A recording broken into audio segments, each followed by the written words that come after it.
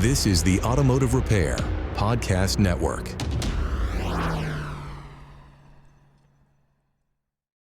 Welcome, everyone, to yet another episode of Diagnosing the Aftermarket A to Z. I'm Matt Fonslow, and bubbles everywhere, and not a drop to drink. Yet. That and more after a word from our sponsor, Pico Technology.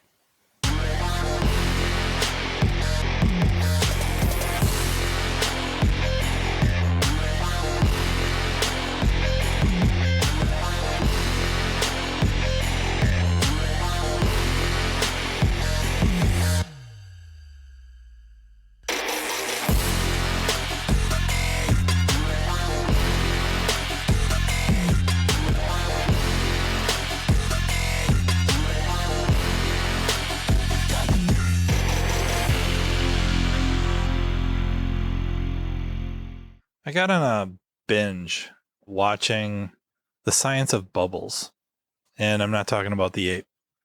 There's a lot of power in bubbles, surprisingly so, and I guess it shouldn't be a surprise. I don't have a boat. I've never owned a boat. My family's never owned a boat, but I know what happens to props. Also, working in this profession, we see what happens to particularly water pumps. I think coming out of college, I thought most of the damage was due to like electrolysis. And there is that. But it really turns out damage is done by cavitation. So I'm watching this documentary on bubbles, and it starts to occur to me this translates directly into our world. I don't know that many of us approach cooling system maintenance from a anti-cavitation point of view. I don't think we think about it. Short of we don't want it, we know it's bad. But why does it happen? These little bubbles, so what? But it turns out, I mean, it's not a lot to it, but there is. It's amazing. For one, it's not so much the bubble itself forming, it's the collapse. And the amount of energy released in that collapse is really impressive. You got to be careful how this is conveyed, because it's true, but it doesn't necessarily mean you can't really go running with this, or you shouldn't go running with this. But temperatures generated by a collapsing bubble can rival that of the surface of the sun, depending on where we consider the surface and all that. But it's hot. The thing is, it doesn't really necessarily transfer to anything because you have this small amount of that temperature surrounded by quite a volume of much lower temperature water or coolant. That's just the beginning of it. Where the real damage starts occurring is when they collapse, they kind of form really what looks like a donut. And through that center of that donut, perpendicular to the ring, if you will, in one direction is a very, very powerful and narrow in diameter micro jet stream. And when this is released nearby really anything solid, it starts to do damage. It starts to form that pitting that we associate with cavitation. I mean, I find that amazing. And then on top of that, and don't get me wrong, the majority of the damage is from that microjet. Another phenomenon is the kind of a shock wave, a sound shock wave, not unlike really a jet or a whip, the tip of a whip breaking the sound barrier. You get that crack from the whip. That's the sound barrier being broken and the air rushing back to fill in that space and kind of slapping together. That happens with the water at very small scales, but it still happens. It still emits. And when it's near something, I want to say it affects the surface. I don't want to say immediately it does damage. This is why ultrasonic cleaning works, partially at least. I find that fascinating. The moral of the story is we want to stop that. So thank you for listening. How do the bubbles form? Really, like if we have this cooling system filled, how in the world do these bubbles form? And I guess I would first ask, I think I'll just ask, what happens to water if you boil it near sea level? Like where I live, we're pretty close to sea level. I think maybe about 500 feet above, roughly. It takes pretty darn close to 100 degrees Celsius or 212 degrees Fahrenheit. What about everybody in Denver? How high does the temperature have to be there? We don't need to know the answer. We just know it's less. When we're evacuating an AC system, now granted, we have, refrigerant in there, but we're trying to get the moisture out if there is any. We put it under a pretty deep vacuum. Why? Because it greatly reduces the temperature for boiling. And it allows water to literally boil at ambient air temp well below 100 degrees Celsius. So we know that pressure is very important to this, right? The boiling, just watching a pot of water boil, you're seeing bubbles, right? Steam bubbles. And that's primarily what's inside these bubbles is steam, vaporized water. It's allowed to boil when, I guess we would call it local pressure, is not high enough to prevent the vapor pressure from forming. So it's exceeded by that vapor pressure, and then we start forming bubbles. And there's mainly steam. Yeah, in some cases, there's like nitrogen and just other atmospheric gases and maybe very, very minor levels of like water separating, but it's really non-factor. It's mainly the steam, the vapor. Well, okay, we have the system under pressure. So why is this a thing? Well, it's very important that we do have pressure on the system. That is one of the reasons why also we want to, of course, raise that boiling point so we can have our coolant temperatures go above that, not boil over, certain emissions, reasons, stuff like that. But also to prevent cavitation, maybe almost primarily. And still, it could happen. And the reason is, if you think about what's going on in the cooling system, we have a pump, and that pump spins inside or surrounded by the coolant. Just think about it as a old style fan with the big propellers on it, if you will, or impeller. It's probably a technical term, right? The blades. One side is going to be pressure, but the other side is creating a low pressure area. How low? And what happens to affect that? Now, granted, we have water pump designs, and that's a heavy factor, but other things can start to play a role in what's going to allow lower pressure, if you will. And that can be contamination. We start getting kind of a convergence of factors that start overlapping. We have multiple reasons to want certain things, but not to jump around. I guess I'll just stick with it. It's that low pressure caused by the impeller spinning inside of the liquid that starts to form bubbles. The pressure drops behind, on the opposite end, on that feed side, if you will, just for plain talk. That's one place. Another place is just along the surfaces of the interior of wherever the coolant passages are, wherever you can get a speed change. So that could be any sort of restrictions. And I guess restrictions where we might have a diameter change by design, or maybe arguably a bad design. And also by contamination, like something is formed, deposits have formed, and then created a spot where we get a pressure drop. And if the pressure drops enough, if that pressure goes low enough, that local pressure, we can get bubbles forming. And it turns out the bubbles will form on that kind of that backside of that pump, as well as along the surfaces. And that's why we can get pitting in other places like heater cores, radiators.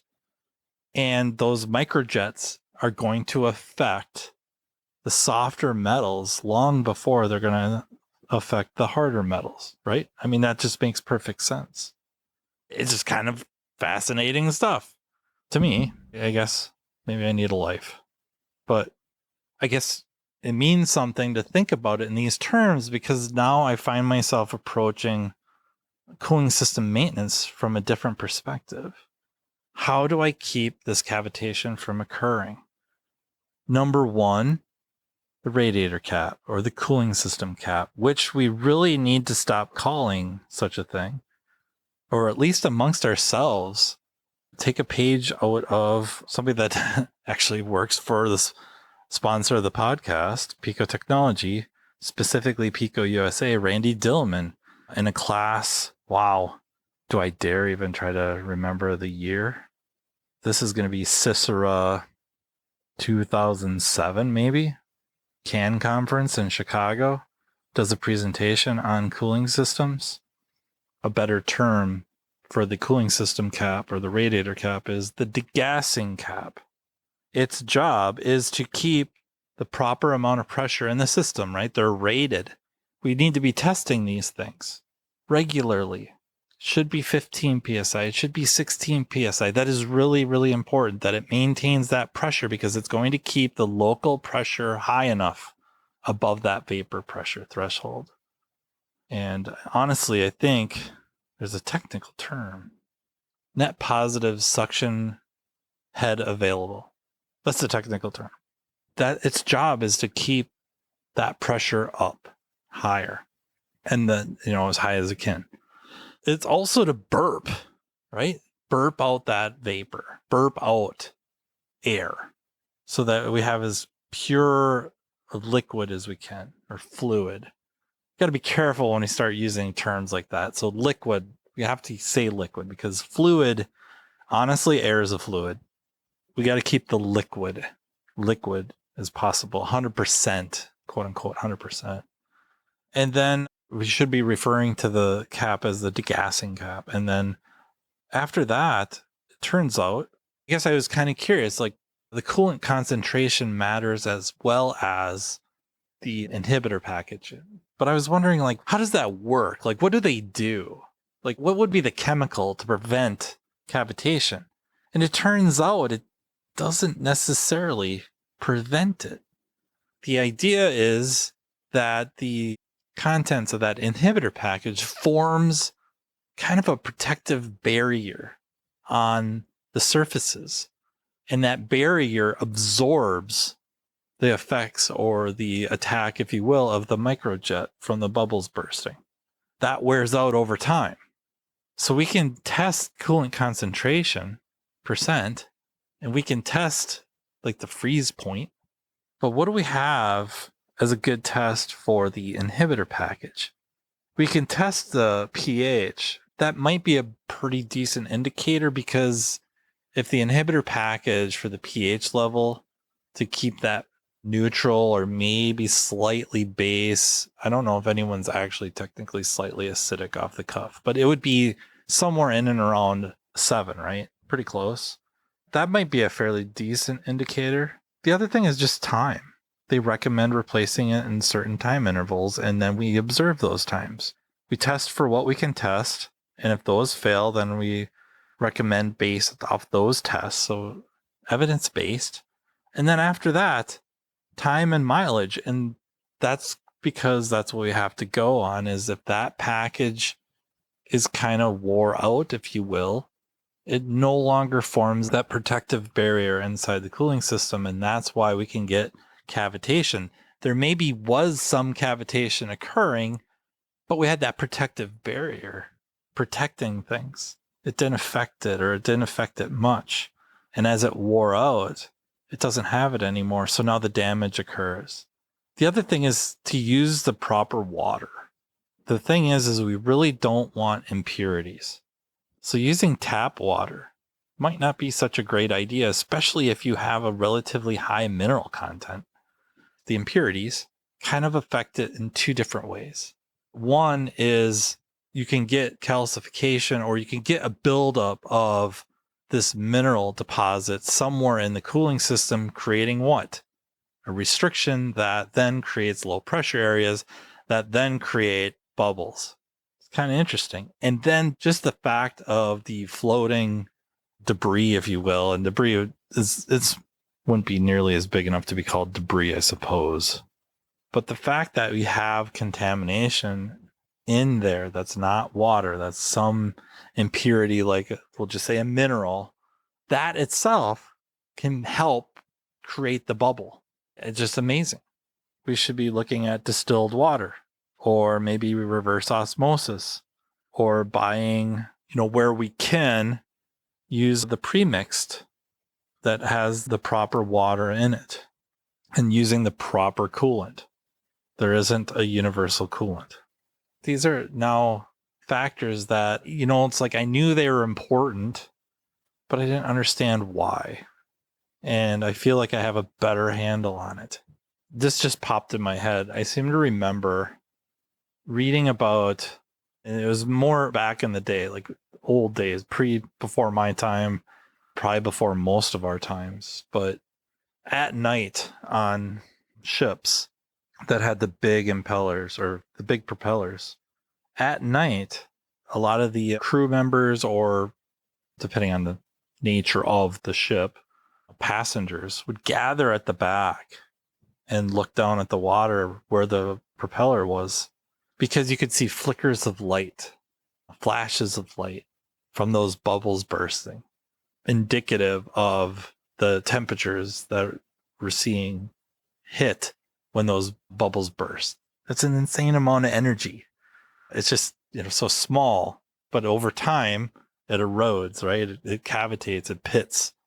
The name, I think the phenomenon is like sonoluminescence. I think I'm almost positive that's what it's called. Should probably look it up, but yeah, sonoluminescence. Sono would be sound, right? The collapsing, creating that ultrasonic wave or sound wave, if you will. It's craziness. But I feel like now, armed with this information, not only would I have my mechanical and technical specialists approaching vehicles a little differently, at least the cooling systems and the cooling system maintenance and the recommendations, but now also explaining to customers why this is important. Honestly, off the cuff, I've never heard a shop service advisor, I've never read about one stating in to a client or discussing a story of interacting with a client where they've talked about restoring that protective barrier in the coolant passages of your cooling system. And you could say that, and you're absolutely correct. That's good stuff, right? I guess this is stuff that really drives me. But just finding out about this stuff, I hope you find it as interesting as I do. And that, you start approaching clients and just the vehicles, a little different perspective, a little bit different thought process, and start adding more testing to your regular maintenance intervals or maintenance services for the cooling system, where you are testing for pH, concentration, probably using a hygrorefractometer. I don't know if the floating balls are going to hack it. And then one more test is using your voltmeter, testing for voltage potential. It might be cooling system related. You have to do your due diligence if you have a reading, to verify actual grounds circuit. But then also it might be another indicator that the additive package, the inhibitor package with that coolant is used up. That is how I'll leave you. I really, really appreciate listening. I hope you got something out of this. I hope it kind of arms you and maybe can reinvigorate everyone on how to handle cooling system maintenance and to start becoming a little more proactive where it comes to water quality, using the right coolants, the real deals, not the universals. And of course, the degassing cap. Thank you to our sponsor, Pico Technology. Thank you, Randy, for that class you did at CAN so long ago that I think I know where the book is now that I think about it. But fascinating subject. Thank you to the Automotive Repair Podcast Network for letting me do this. And until next time, take care. You've been listening to Diagnosing the Aftermarket A to Z with Matt Bonslow on the Automotive Repair Podcast Network. Download our exclusive podcast app at automotiverepairpodcastnetwork.com because the best conversations in the industry start here. Want Matt to cover a specific topic? Check the show notes for his email. Your input matters.